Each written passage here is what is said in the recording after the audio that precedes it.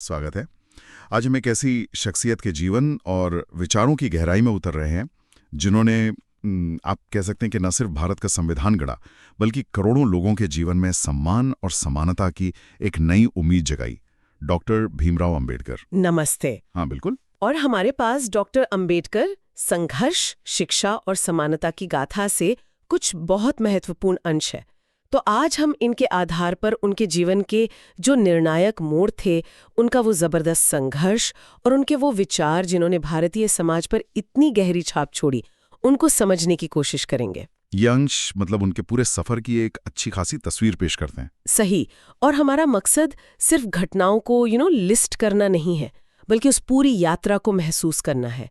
कैसे एक बच्चा जिसने बचपन में इतना ज्यादा सामाजिक भेदभाव और अपमान झेला, वो ज्ञान की ताकत से दुनिया के बड़े बड़े विश्वविद्यालय तक पहुंचा और फिर आधुनिक भारत के मुख्य निर्माताओं में से एक बन गया। बिल्कुल। तो चलिए इस असाधारण सफर को खंगालते हैं। शुरू करें उनके बिल्कुल शुरुआती दिनों से। हाँ, वहीं से शुरू करते हैं। 14 अप्रैल 1891 जगह थी महू छावनी, जो अब मध्य प्रदेश में है। डॉक्टर अंबेडकर नगर के नाम से जाना जाता है। पिता रामजी मालोजी सकपाल सेना में सूबेदार थे और मां भीमाबाई। डॉक्टर अंबेडकर उनकी 14वीं संतान थे। लेकिन ये कोई मतलब आसान या विशेषाधिकार वाला जन्म नहीं था। हाँ, बिल्कुल नहीं। वे महार जाति से थे, जिसे उस वक्त की जो सामाजिक व्यवस्था थी उसमें अछूत माना जाता था। और इसका मतलब था कि जन्म से ही भयानक भेदभाव का सामना। स्कूल के दिनों की जो बातें इन दस्तावेजों में मिलती हैं, वो तो वाकई दिल दहला देती हैं। जैसे उन्हें और दूसरे दलित बच्चों को क्लास के अंदर बैठने की इजाजत ही नहीं थी। उन्हें बाहर बरामदे में एक टाटपट्टी या बोरे पर बैठना पड़ता था, अलग से। और शिक्षक वो उनकी कॉपियों को सीधे हाथ लगाने से भी कतराते थे, डरते थे कि कहीं वो अपवित्र ना हो जाएं। अविश्वसनीय। मतलब ज्ञान की जगह पर इतना अपमान। और पानी पीने जैसी बुनियादी जरूरत का क्या? हाँ, उसका भी जिक्र है इस गाथा में। स्कूल में पानी पीने के लिए भी उन्हें ऊंची जाति के चपरासी पर निर्भर रहना पड़ता था। इंतजार करना पड़ता था कि वो आएगा और ऊपर से उनके हाथों में पानी डालेगा ताकि नल या बर्तन खराब ना हो जाए। और अगर चपरासी नहीं है तो प्यासे रहो। एक घटना का जिक्र है कि जब उन्होंने शायद खुद ही नल से पानी पीने की कोशिश की तो उन्हें बहुत बुरा भला कहा गया, अपमानित किया गया, शायद मारा भी गया। तो ये कोई एक दिन की बात नहीं थी, ये रोज की हकीकत थी। और शायद यही वो अनुभव थे जिन्होंने उनके अंदर वो विद्रोह की, वो न्याय की आग जलाई होगी। ये सिर्फ व्यक्तिगत अपमान नहीं था, ये तो पूरी व्यवस्था पर सवाल खड़े कर रहा था। आप बिल्कुल सही कह रहे हैं। ये अनुभव उनके मन पर मतलब एक अमिट छाप छोड़ गए। उन्होंने बचपन में ही समझ लिया था कि ये सामाजिक अन्याय कितना क्रूर है और इसी के खिलाफ उन्हें अपनी पूरी जिंदगी लड़ना था। मुश्किलें और भी थीं। जब वो सिर्फ 6 साल के थे, उनकी मां गुजर गईं। ओह, इतनी कम उम्र में? हाँ, और पिता सेना से रिटायर होने के बाद उन्होंने दूसरी शादी की। फिर परिवार पहले सतारा गया, फिर मुंबई आ गया। आर्थिक तंगी तो खैर थी ही। इतनी सारी मुश्किलें, इतनी प्रतिकूल परिस्थितियां, इसके बावजूद पढ़ाई में उनकी लगन बनी रही, ये बात तो वाकई हैरान करती है। हाँ, उनकी ज्ञान की जो भूख थी और उनका जो दृढ़ संकल्प था वो असाधारण था। यही एक दिलचस्प बात भी है जिसका स्रोत में जिक्र मिलता है।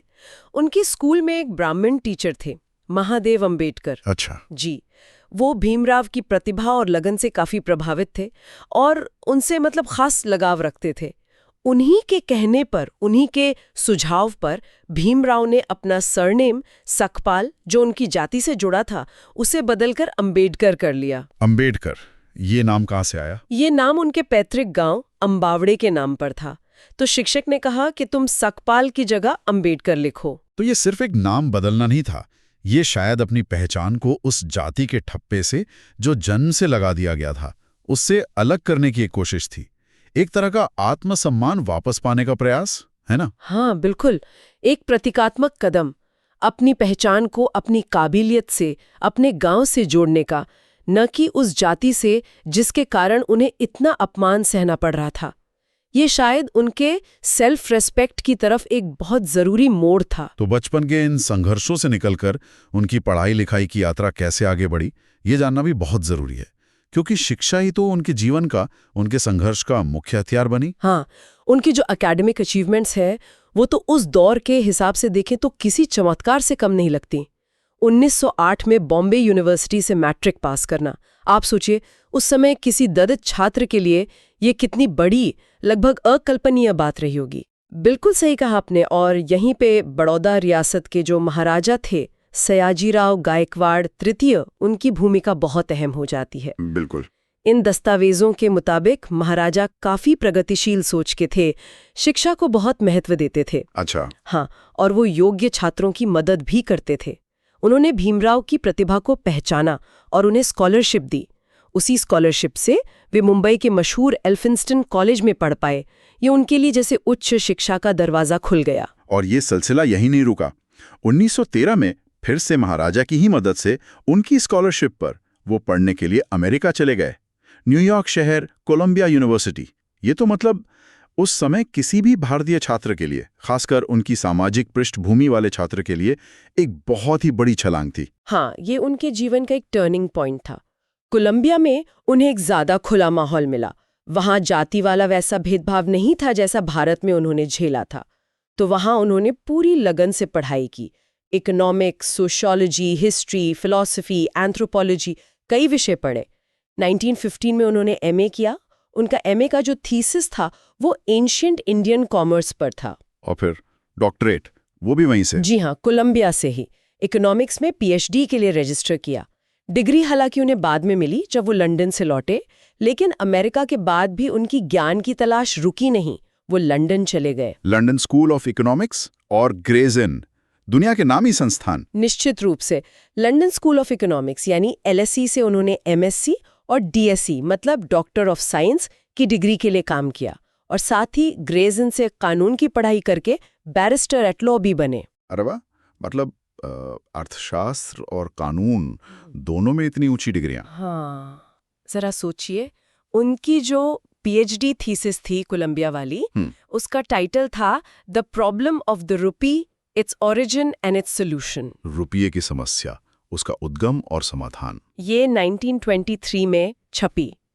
और इस थीसिस के बारे में कुछ खास बात पता चलती है स्रोतों से, सिर्फ टाइटल से तो। हाँ। इसमें एक बहुत ही दिलचस्प और महत्वपूर्ण बात है। देखिए, उस जमाने में दुनिया में गोल्ड स्टैंडर्ड चलता था ज्यादातर, लेकिन डॉक्टर अंबेडकर ने अपनी इस थीसिस में ब्रिटिश भारत की करेंसी के लिए गोल्ड स्टैंडर्ड के बजाय मैनेज्ड करेंसी यानी प्रबंधित मुद्रा की वकालत की। मैनेज्ड करेंसी मतलब ये कि करेंसी की वैल्यू सोने से बंधी ना हो, बल्कि देश की जो आर्थिक जरूरतें हैं उसके हिसाब से उसे कंट्रोल किया जाए, मैनेज किया जाए। ये उस समय के लिहाज से बहुत ही आगे की और प्रैक्टिकल सोच थी। और जैसा कि स्रोत बताते हैं, उनके इन्हीं आइडियाज ने बाद में 1935 में जब रिजर्व बैंक ऑफ इंडिया यानी आरबीआई बना, तो उसकी स्थापना और उसकी फंक्शनिंग के कॉन्सेप्ट में एक अहम भूमिका निभाई। अविश्वसनीय। मतलब उनकी विद्वत्ता सिर्फ किताबी बहसों तक सीमित नहीं थी, वो देश की आर्थिक नीतियों को दिशा देने वाली थी। वो सिर्फ डिग्रियां नहीं ले रहे थे, वो समाधान ढूंढ रहे थे। पाली, संस्कृत, अंग्रेजी, फ्रेंच, जर्मन, कितनी भाषाएं जानते थे वो। उनकी इंटेलेक्चुअल कैपेसिटी तो सच में अद्भुत थी। इसमें कोई शक नहीं। और उन्होंने शिक्षा को ही सामाजिक बेड़ियों को तोड़ने का, सशक्त होने का सबसे बड़ा हथियार माना। उनकी ये सारी डिग्रियां, ये सारा ज्ञान उस व्यवस्था को चुनौती देने का उनका अपना तरीका था, जिसने उन्हें बचपन में स्कूल की सीढ़ियों पर बैठने को मजबूर किया था। इतनी वर्ल्ड क्लास एजुकेशन, इतनी काबिलियत, बैरिस्टर बन गए, डॉक्टरेट मिल गई। जब वो भारत लौटे तो क्या समाज का नजरिया बदला उनके लिए? क्या अब उन्हें वो इज्जत मिली जिसके वो हकदार थे? दुर्भाग्य से नहीं। शिक्षा और योग्यता भी जाति के पूर्वाग्रहों की जो गहरी जड़ें थीं, उन्हें आसानी से खत्म नहीं कर पाईं। भारत लौटने पर उन्हें फिर से वही कड़वे अनुभव हुए। बड़ौदा रियासत में उन्हें अच्छी पोस्ट मिली, लेकिन वहां भी उन्हें रहने के लिए ढंग की जगह मिलना मुश्किल हो गया। अपने नीचे काम करने वाले लोगों से भी अपमान झेलना पड़ा। प्रोफेसर बनने के बाद भी? हाँ, यहाँ तक कि जब वो मुंबई के सिडेनहम कॉलेज में पॉलिटिकल इकोनॉमी के प्रोफेसर बने, तब भी हमारे स्रोतों से पता चलता है कि दूसरे प्रोफेसर उनके साथ पानी पीने का बर्तन तक शेयर करने से कतराते थे। ये तो बहुत ही निराशाजनक और तकलीफ दे रहा होगा। दुनिया के बेस्ट इंस्टीट्यूट से पढ़कर आओ और अपने ही देश में ये बर्ताव। तो शायद यहीं से उनके सामाजिक संघर्ष ने और ज्यादा मुखर और ज्यादा संगठित रूप लिया होगा। हाँ बिल्कुल, इन अनुभवों ने उनके इरादे को और पक्का कर दिया। उन्होंने महसूस किया कि सिर्फ अपनी तरक्की काफी नहीं है, पूरे समाज की सोच और ढांचे को बदलना होगा। और इसी मकसद से 1924 में उन्होंने बहिष्कृत हितकारिणी सभा बनाई। बहिष्कृत हितकारिणी सभा, इसका नारा भी बहुत मशहूर हुआ था। जी हाँ, शिक्षित बनो, संगठित रहो, संघर्ष करो। सभा का मुख्य काम था दलितों और दूसरे पिछड़े वर्गों में शिक्षा फैलाना, उनमें सामाजिक और राजनीतिक चेतना जगाना और उनके नागरिक अधिकारों के लिए लड़ना। और फिर आए वो ऐतिहासिक सत्याग्रह, जिन्होंने दलित अधिकारों के संघर्ष को एक नेशनल प्लेटफॉर्म दे दिया। 1927 का महाड़ सत्याग्रह तो खास तौर पे याद किया जाता है। हाँ, महाड़ का चवदार तालाब सत्याग्रह एक मील का पत्थर था। महाराष्ट्र के महाड़ में एक पब्लिक तालाब था, चवदार तालाब। सदियों से दलितों को उससे पानी लेने की मनाही ही थी।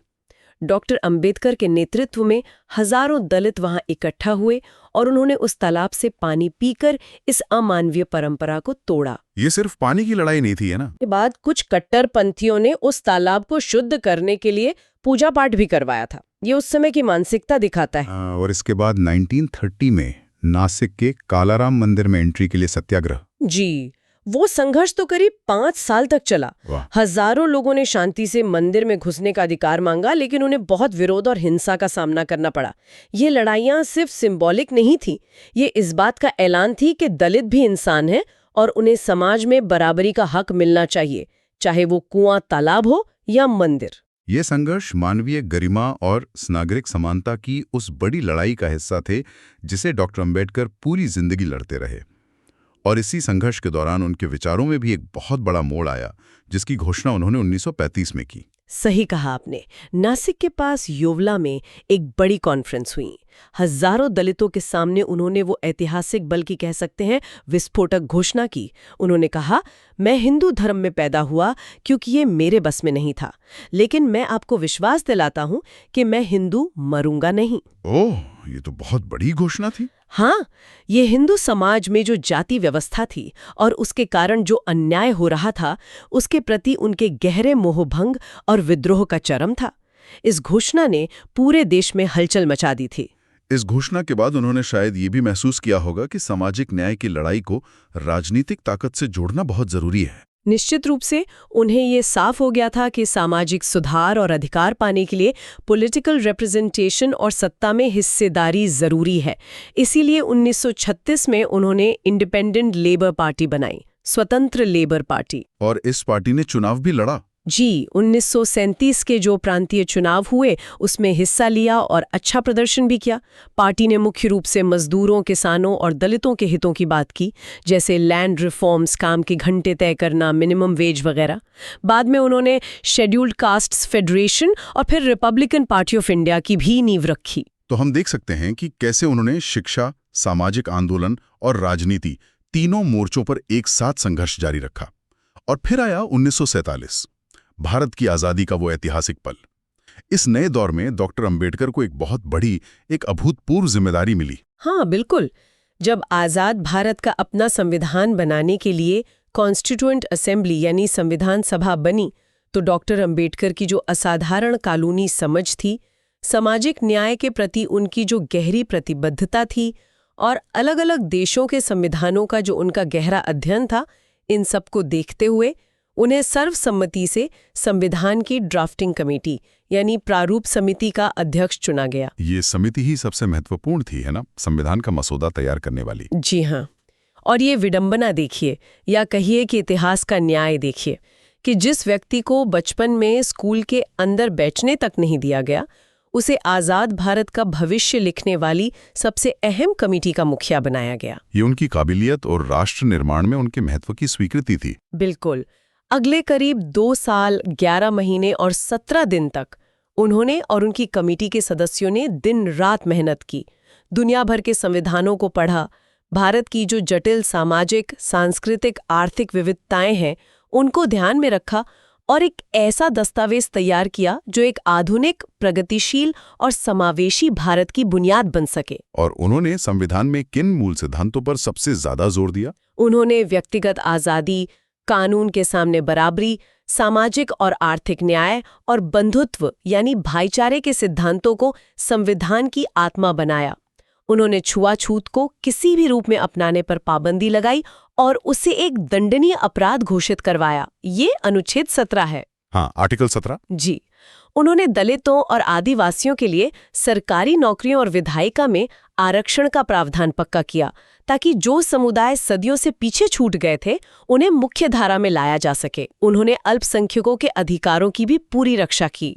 और जैसा कि हमारे स्रोत बताते हैं, वो आर्टिकल 32 जो नागरिकों को अपने मौलिक अधिकारों के हनन पर सीधे सुप्रीम कोर्ट जाने का अधिकार देता है, उसे तो वो संविधान का हृदय और आत्मा मानते थे। बिल्कुल, क्योंकि वो जानते थे कि सिर्फ अधिकार लिख देना काफी नहीं है। उन अधिकारों को लागू करवाने के लिए एक मजबूत मैकेनिज्म, एक मजबूत न्यायिक व्यवस्था भी जरूरी है। और उनका योगदान सिर्फ दलित अधिकारों तक ही सीमित नहीं था, वे महिलाओं के अधिकारों के भी बहुत बड़े समर्थक थे। आजाद भारत के पहले कानून मंत्री के तौर पर उन्होंने हिंदू कोड बिल तैयार किया और उसे संसद में पेश किया। हाँ, इस बिल पर काफी विवाद हुआ था, जैसा कि दस्तावेज बताते हैं। इसमें ऐसा क्या खास था? ये बिल असल में हिंदू समाज में क्रांतिकारी बदलाव लाने वाला था। इसका मकसद था हिंदू महिलाओं को पुरुषों के बराबर अधिकार दिलाना, खास तौर पर शादी के मामलों में, जैसे एक ही शादी को अनिवार्य बनाना, इंटरकास्ट मैरिज को मान्यता देना, तलाक के मामले में महिलाओं को भी तलाक लेने का अधिकार देना, और सबसे जरूरी संपत्ति के उत्तराधिकार में बराबरी का हक देना। ये सदियों से चली आ रही जो पितृसत्तात्मक व्यवस्था थी, उस पर सीधी चोट थी। लेकिन ये बिल उस समय पास नहीं हो पाया। नहीं, संसद के अंदर भी और बाहर भी, खासकर तत्कालीन राष्ट्रपति डॉक्टर राजेंद्र प्रसाद और कई रूढ़िवादी सांसदों और धार्मिक गुटों ने इसका जबरदस्त विरोध किया। उनका तर्क था कि ये हिंदू परंपराओं और धर्म में बेवजह का दखल है। जब डॉक्टर अंबेडकर ने देखा कि बिल को उसके असली रूप में पास कराने के लिए सरकार के अंदर ही काफ़ी इच्छा शक्ति नहीं है और उसे टुकड़ों में बांटने या कमज़ोर करने की बात हो रही है, तो उन्होंने सिद्धांतों से समझौता करने से मना कर दिया और उन्होंने इस्तीफा दे दिया। हाँ, सितंबर 1951 में उन्होंने कानून मंत्री के पद से इस्तीफा दे दिया। ये कदम उनकी दृढ़ता और अपने सिद्धांतों के प्रति उनकी जो निष्ठा थी उसका बड़ा प्रमाण है। पद उनके लिए विचारों से ज्यादा महत्वपूर्ण नहीं था। बिल्कुल। चलिए अब उनके जीवन के अंतिम और एक और बहुत महत्वपूर्ण अध्याय की ओर बढ़ते हैं, बौद्ध धर्म की ओर उनका वो निर्णायक कदम। वो 1935 वाली येवला की घोषणा, मैं हिंदू मरूंगा नहीं, वो आखिरकार सच साबित हुई। हाँ, वो घोषणा सिर्फ एक भावनात्मक प्रतिक्रिया नहीं थी, वो सालों के अध्ययन, मनन और हिंदू धर्म के अंदर सुधार की जो कोशिशें थी, उनकी असंभवता के अनुभव का नतीजा थी। वो कई सालों से दुनिया के बड़े धर्मों का, खासतौर पर बौद्ध धर्म का, बहुत गहराई से अध्ययन कर रहे थे। उन्हें बुद्ध के जो मूल उपदेश थे, प्रज्ञा यानी बुद्धि, करुणा यानी दया और समता यानी बराबरी, उनमें एक तर्कसंगत और मानवीय रास्ता दिखाई दिया। उन्हें लगा कि ये धर्म जाति पाति से मुक्त है। हाँ, उन्हें लगा कि बौद्ध धर्म जाति पाति की ऊंच नीच और अंधविश्वासों से मुक्त है और व्यक्ति की नैतिकता और विवेक पर जोर देता है। तो ये धर्मांतरण कब और कैसे हुआ? ये एक बहुत बड़ी घटना थी। हाँ, ये ऐतिहासिक घटना हुई 14 अक्टूबर 1956 को। विजयादशमी का दिन था। नागपुर शहर में, वो जगह आज दीक्षा भूमि कहलाती है, वहाँ एक बहुत बड़ा समारोह हुआ जिसमें लाखों लोग शामिल हुए, ज्यादातर दलित समुदाय से थे। डॉक्टर अंबेडकर ने सबसे पहले म्यांमार के एक बहुत वरिष्ठ बौद्ध भिक्षु थे, भदंत चंद्रमणि महास्थवीर, उनसे पारंपरिक तरीके से त्रिशरण और पंचशील ग्रहण करके बौद्ध धर्म की दीक्षा ली। और फिर उन्होंने खुद अपने अनुयायियों को दीक्षा दी। ये बात थोड़ी अलग सी लगती है। हाँ, ये एक अनोखी बात थी। बौद्ध धर्म अपनाने के तुरंत बाद उन्होंने खुद ही अपने करीब 5 लाख समर्थकों को त्रिशरण, पंचशील और अपनी बनाई हुई 22 प्रतिज्ञाएं दिलाकर बौद्ध धर्म की दीक्षा दी। इन प्रतिज्ञाओं में हिंदू देवी देवताओं और रीति रिवाजों को छोड़ने के साथ साथ बुद्ध के बताए रास्ते पर चलने का संकल्प था। तो ये सिर्फ एक धर्म बदलना नहीं था, ये सामाजिक और सांस्कृतिक गुलामी के खिलाफ एक सामूहिक मुक्ति का ऐलान था। इसे नव्यान यानी नया रास्ता भी कहा गया। ये उनके जीवन की यात्रा का एक लॉजिकल क्लाइमेक्स जैसा लगता है। समानता, गरिमा और तर्क की वो तलाश जो बचपन के अपमान से शुरू हुई थी, वो यहाँ आकर एक नए रास्ते पर चल पड़ी। अब बात करते हैं उनके जीवन के बिल्कुल आखिरी समय की और उनकी जो स्थायी विरासत है उसकी। जैसा कि स्रोत बताते हैं, जीवन के आखिरी सालों में उनका स्वास्थ्य काफी खराब रहने लगा था। हाँ, वो 1948 से ही डायबिटीज यानी मधुमेह से जूझ रहे थे और 1954 आते आते उनकी हालत काफी बिगड़ गई थी। उन्हें और भी कई स्वास्थ्य समस्याएं थीं। आंखों की रोशनी भी बहुत कम हो गई थी। वो शारीरिक रूप से काफी कमजोर हो गए थे, लेकिन दिमागी तौर पर वो आखिर तक बिल्कुल सचेत और सक्रिय रहे। इतनी शारीरिक तकलीफ के बाद भी उनका लिखना, पढ़ना और काम जारी रहा, ये वाकई अद्भुत है। निश्चित रूप से वो बिस्तर पर लेटे लेटे भी काम करते रहते थे, डिक्टेट करवाते रहते थे। अपनी मृत्यु से सिर्फ कुछ दिन पहले 3 दिसंबर 1956 को उन्होंने अपनी आखिरी महान किताब द बुद्धा एंड हिज धम्मा यानी बुद्ध और उनका धम्म, उसकी पांडुलिपि पूरी की। ये किताब बौद्ध धर्म की उनकी अपनी समझ और व्याख्या का एक बहुत महत्वपूर्ण दस्तावेज है।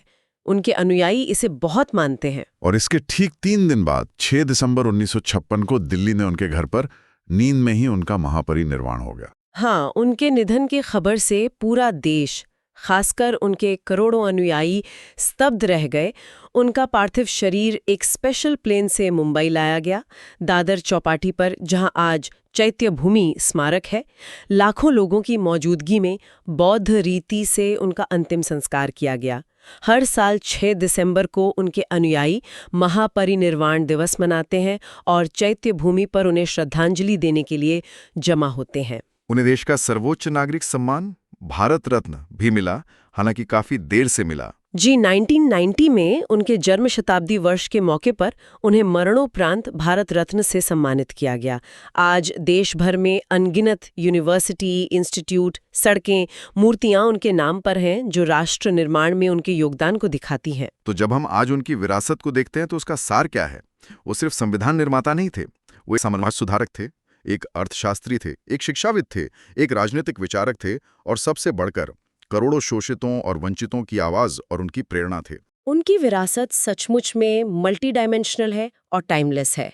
वो सिर्फ दलितों के नेता नहीं थे, बल्कि वो आधुनिक भारत के उन मेकर्स में से थे जिन्होंने democracy, social justice, gender equality और तर्कसंगतता जैसे मूल्यों को स्थापित करने के लिए अपनी पूरी जिंदगी लगा दी। उनकी लिखी किताबें, उनके भाषण, संविधान में उनके दिए सिद्धांत, ये सब आज भी भारत के सामने जो चुनौतियां हैं, उन्हें समझने और उनका हल निकालने के लिए बिल्कुल प्रासंगिक है। उनका जीवन खुद में ही एक संदेश है। तो ये थी डॉक्टर भीमराव अंबेडकर के असाधारण जीवन की एक गहरी पड़ताल। अपमान, उपेक्षा और अनगिनत बाधाओं से जूझते हुए ज्ञान, संकल्प और साहस के बल पर न सिर्फ अपनी बल्कि पूरे राष्ट्र की नियति को बदलने की एक अद्भुत कहानी। कैसे बचपन में सहे गए जख्मों ने उन्हें वो फौलादी इरादा दिया जिसने उन्हें आधुनिक भारत का एक प्रमुख वास्तुकार बना दिया। इसे अपने व्यक्तिगत संघर्ष को एक सामूहिक चेतना और सामाजिक बदलाव की एक शक्तिशाली मशाल में बदला जा सकता है। उनका जीवन आज भी करोड़ों लोगों को हिम्मत देता है कि वो अपने हक के लिए लड़ें और एक बेहतर, एक ज्यादा न्यायपूर्ण समाज बनाने की कोशिश करें। और जाते जाते एक सवाल सोचने के लिए छोड़ जाते हैं। जिन सामाजिक और आर्थिक असमानताओं, जिन पूर्वाग्रहों और न्याय से जुड़े जिन बुनियादी सवालों को डॉक्टर अंबेडकर ने इतनी शिद्दत से उठाया था, क्या वे आज हमारे समाज से पूरी तरह खत्म हो गए हैं, या वो नए नए रूपों में अब भी हमारे बीच मौजूद हैं? और हम सब एक नागरिक के तौर पर उनकी इस महान विरासत से आज क्या सीख सकते हैं और उसे अपने जीवन और समाज में कैसे उतार सकते हैं? इस पर सोचिएगा जरूर। अगली बार फिर मिलेंगे एक और विषय की गहराई में उतरने के लिए।